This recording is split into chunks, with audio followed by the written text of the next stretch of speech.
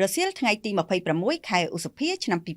2026អាដាមណប់តារាអភិបាលរងខេត្តកណ្ដាលព្រមទាំងអាជ្ញាធរក្រុងតាខ្មៅបន្តចុះរៀបចំសណ្ដាប់ធ្នាប់ណែនាំដល់បងប្អូនអាជីវករនិងបងប្អូនប្រជាពលរដ្ឋដែលកំពុងប្រកបអាជីវកម្មនិងរស់នៅតាមសងខាងតាមបណ្ដោយផ្លូវជាតិសំខាន់ៗ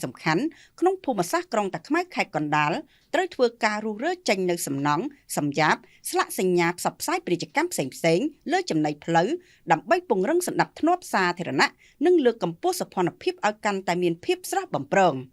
ការចុះរៀបចំសណ្ដាប់ធ្នាប់និងរបៀបរៀបរយសាធារណៈនេះមិនមែនធ្វើឡើងតែមួយដងមួយកាលនោះទេពលគឺអាជ្ញាធរនឹងបន្តធ្វើជាប្រចាំដោយភ្លៀងរលឹមអាដាមអភិបាលរងខេត្តបានមានប្រសាសន៍ថាអាជ្ញាធរមិនមានបំណងរារាំងឬប៉ះពាល់ដល់ការប្រកបរបរទទួលទានរបស់បងប្អូនប្រជាពលរដ្ឋនោះឡើយប៉ុន្តែរាល់ការប្រកបអាជីវកម្មទាំងឡាយត្រូវតែគោរពច្បាប់និងមិនត្រូវរំលោភបំពានលើទ្រព្យសម្បត្តិសាធារណៈឬបង្កការលំបាកដល់អ្នកដទៃឡើយ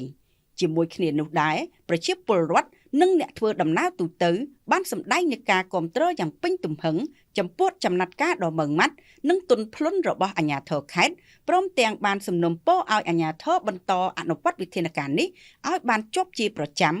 ដើម្បីជៀសវាងការកើតមានឡើងវិញនៅភាពអនាធិបតេយ្យនៅលើចិញ្ចើមផ្លូវសាធារណៈ